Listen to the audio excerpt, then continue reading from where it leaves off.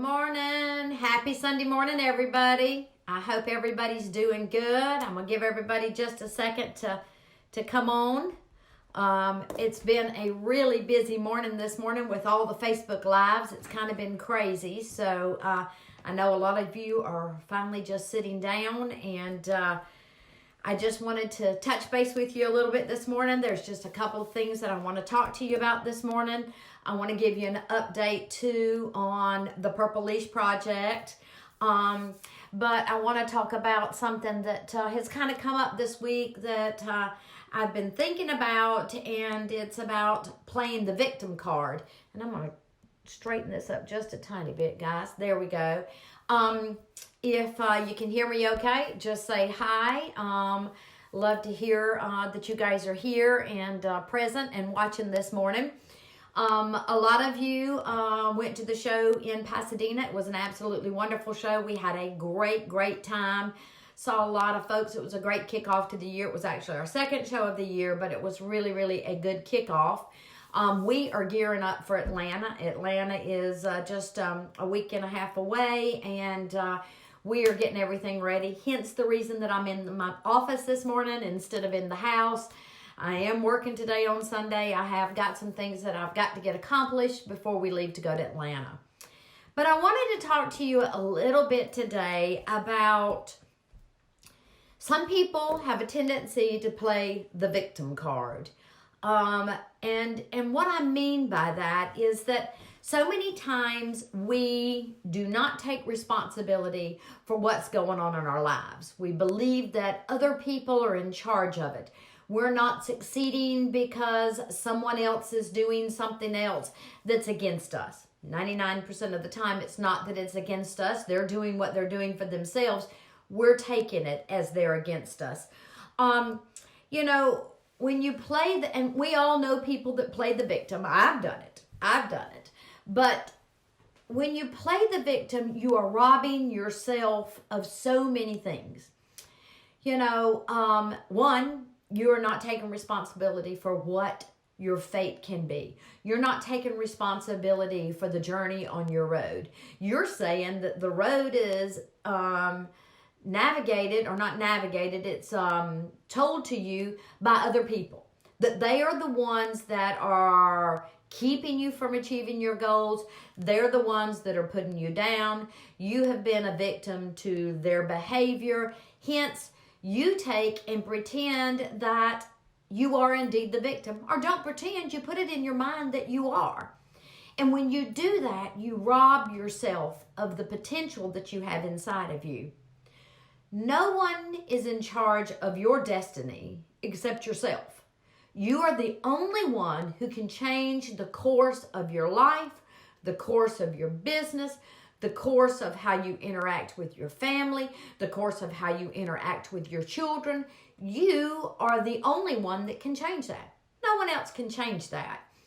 I see in our businesses a lot of time that we use a lot of excuses, or that we play that victim card, that our dog misbehaved in the ring, hence we didn't win. Well, what we should have done before is we should have worked with the dog more. We should have just not let him go 6 weeks and then threw him in the ring. There are things that we can do, but we use those as excuses. And sometimes we use those as excuses to sabotage our own self because we're afraid of succeeding. We're afraid of getting to that next level. We're afraid of what will be demanded of us when we get to that next level. So it's really easy to say, well, I didn't do that. Let's just do a hypothetical about your grooming shop in your area. So anyhow, you're doing okay, plugging along in your grooming shop, and all of a sudden a girl down the road opens up and she's charging $10 less a dog for the particular breeds that you're doing, okay? So let's just say Cocker Spaniel. She's charging $10 less than you are. And all of a sudden, you start playing the victim card, and what you're saying is, I can't succeed in my business. I will not be able to grow my business. I am not going to amount to anything in my business because of her. Because she is cutting my prices. When in actuality, what you need to do is, one, you're not the victim. What you need to do is you need to up your game. You need to say, okay, if I'm charging $10 more per dog, I need to let my clients know why. It's because I have this much education. It's because I do a one-on-one with their dogs. It's because they get the little extras. They get conditioner. They get blueberry facial. It's because I add the extra accessories. So what you do then is you step up your game, okay? You don't sit back idly and let that destroy you and your business. If you do sit back idly and let that destroy you and your business, then what you're doing is self-sabotaging your own self. So maybe you didn't want to succeed. Maybe the thought of having a successful shop and people looking to you for advice was more than you thought you could handle.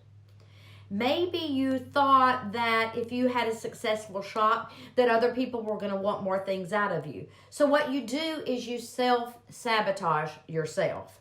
Don't do that, guys. Because what you can do is you can take it one baby step at a time.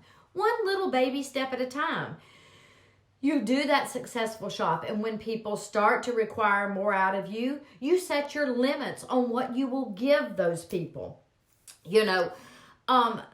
Another thing that is amazing to me is, so we blame other people for the way that we feel, okay? So we feel inferior, or we feel fat, or we feel unworthy, or we feel uneducated, or we feel unskilled, or all of those things. And we say that someone else makes us feel that way by their actions, by what they say, when in actuality, they cannot make you feel that way. You're the one that feels that way. Now, grant you, they may contribute by saying certain things, but let's do another hypothetical in your shop. Let's say, for instance, that you're standing at your grooming table and a dog is struggling just a tiny bit, and the owner of the shop walks over to assist you to hold that dog. Well, in your mind, what you think is that she is coming over because she doesn't think you are qualified, or that you have the ability to hold that dog well enough to groom that dog. So all of a sudden now you are feeling inferior in your ability to do what you're supposed to be doing. And so what you say is, you make me feel inferior when you walk over here and hold that dog. Well, that's not at all the truth. You just made yourself feel inferior. It was in here that thought came from. She did not walk over to your table and say, well, you are inferior because I'm having to walk over here and hold your dog. That's not what she did at all. So what you need to say to her, if indeed that is something that aggravates you or that makes you have that sinking spell, then maybe what you need to say to her is, I feel inferior when you walk over and assist me. I feel inferior. Okay? So then what is she going to say? There's a possibility she's going to say, oh my gosh, that's not at all what I meant to do. What I wanted to do was that I kind of could tell that he was going to give you trouble, and I thought that maybe I could assist, and I would want you to return the same favor to me if I was in that situation. Or what she may very well say is, I am so sorry, that is not at all what I wanted to say.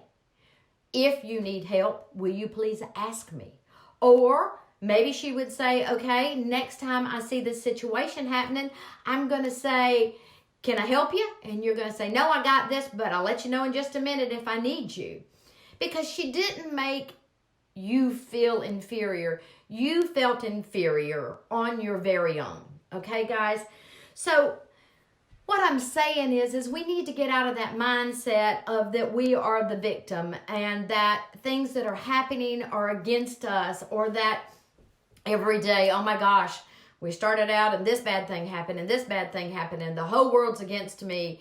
Because sometimes we get into that pity party, and then what we think it does is it gives us more friends and everything, because everybody's feeling so sorry for us because we are the victim. And so, and then we draw all of that drama into ourselves. And it's not healthy, guys. And it gets us nowhere. It gets you as an individual nowhere. It leaves you in this same little tiny spot, okay? It sticks you right there. You are in control of your own destiny. You are in control of your own business. You are in control of your own grooming. You are the one who can guide your life. You can guide your career. You can guide the friends that you have. You are the one that's in charge. So playing the victim card is easy to do. It really is. It's an easy thing to do because then we say, okay, I didn't achieve this because of these factors that came into play. Grant you, those factors may very well have been the things that came into play that did not let you achieve what you wanted to do. But you were in charge of changing those factors. Let's just say, for instance, competition grooming. And let's just say that, for instance, I struggle, and I never get ahead. And it's because everybody's better than I am. Or it's because I don't have the perfect dog. Or whatever the case may be, then change those circumstances. Find the perfect dog. Take the classes that you need to be able to elevate yourself to the level that you want to be. Work on that dog a lot. If you want to be in the competition and you want to win in the competition, it's going to take work.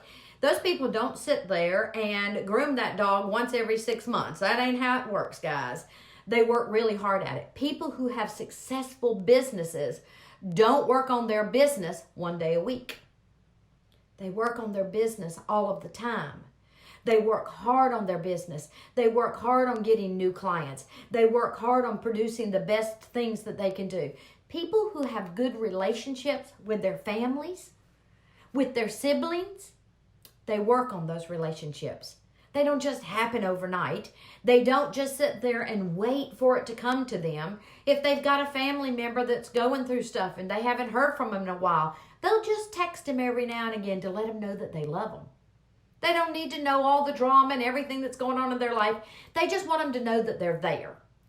So guys, quit playing the victim and start playing the survivor. Start playing the person that is making it happen in your life.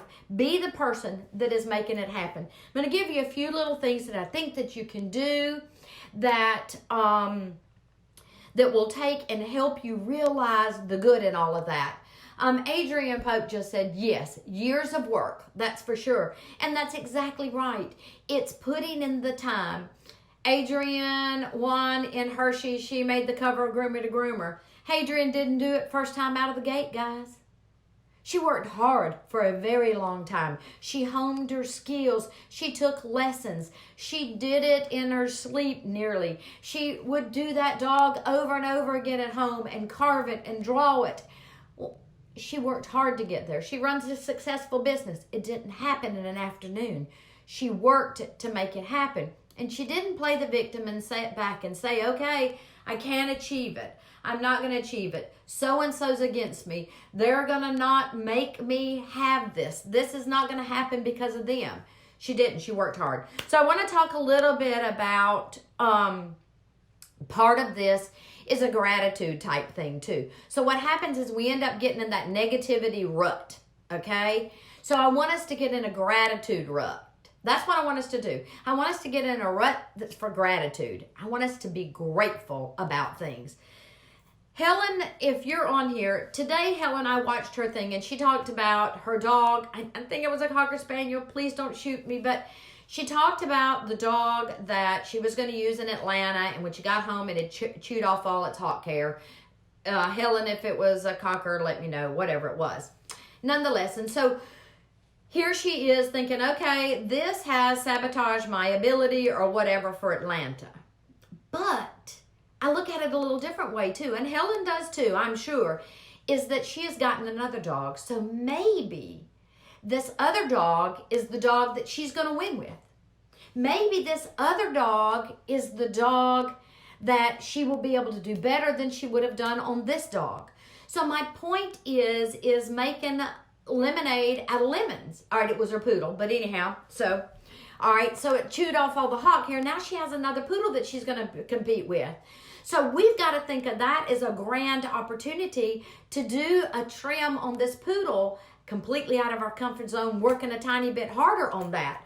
All right, so let's talk about gratitude. I don't keep a gratitude journal. I probably should, and I would like to challenge you guys this week, not necessarily to keep a gratitude journal, but I want every day this week for you guys to find one thing that you are grateful for every day. Okay, for the next 7 days, this is what I want you to do.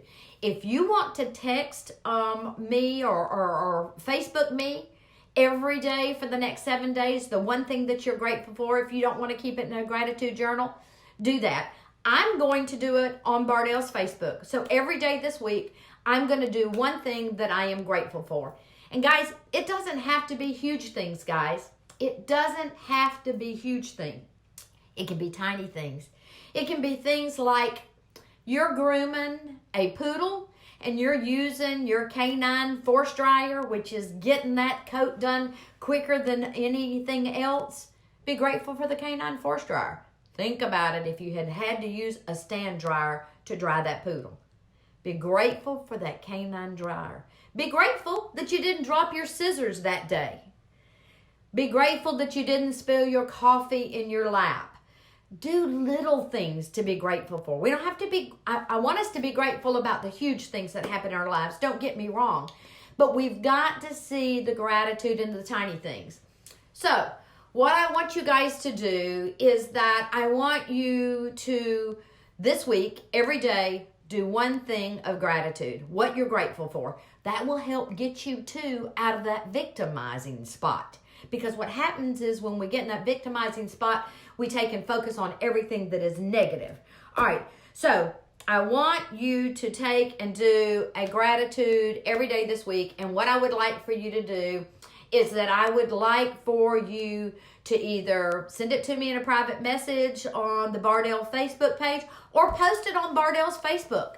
Every day, post what you're grateful for. Now, one thing that I'm going to talk about right now, and then I'm going to let you guys go. It's Sunday, and you've had to listen to all of us this morning, and I know you guys are tired of us. But I'm going to tell you what I'm grateful for today. And I have a very large list, but I will go as quick as I can. I am grateful for the community of groomers. More than you will ever know. Grooming saved my life in so many ways. I will tell a really quick, short story. I got a divorce. Paul is my second and the best husband. But anyhow, I got a divorce and I lost everything. And all I had was the ability to groom. That's all I had, guys. That was it. I had $1,600 to my name and the ability to groom. I now own a company that employs over 40 women. And we sell hair bows all over the world to some of the most wonderful groomers. From a person who had $1,600 in their pocket. That's all that I had to my name.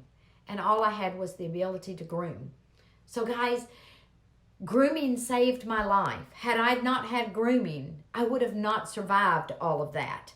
So I am grateful for the ability to groom. I'm grateful for the grooming community. Another thing that I'm grateful for, and this is just with you guys, is I am grateful for the giving spirit of our groomers. It is absolutely amazing to me what a community of givers it is. The Purple Leash Project was something that we did not start. It was started by Red Rover, and Purina jumped on board with it. We just got this wild hair that we thought, okay, we can help out because this is a good fit. Guys, we've raised, I think, in the neighborhood of $1,300 to this point. You guys have raised $1,300. And I've gotten texts about people that one customer gave them $40 or all of the different type of donations that have been coming in. I am grateful to be a part of that. I am grateful that I had the ability to come up with the Purple Collection and that I had the platform to send it out to you guys and for you guys to run with it. So those are some of the things, just some of the things that I am grateful for today. So guys, the rest of the week, we're not a victim this week. We are in charge. We are in control of our destiny. We are the ones who can decide where we're going, how we're going to get there, and when we're going to get there. We are in control. We are not the victim, guys. We are not the pity party because we have so much to give. All right, guys. Do your gratitude. I want to see what you're grateful for. It can be minute. It can be huge if you would like. But I want to see it. I want to know what it's all about. Thank you guys for giving me this time this Sunday morning. And we'll see y'all later. Love you bunches. Bye.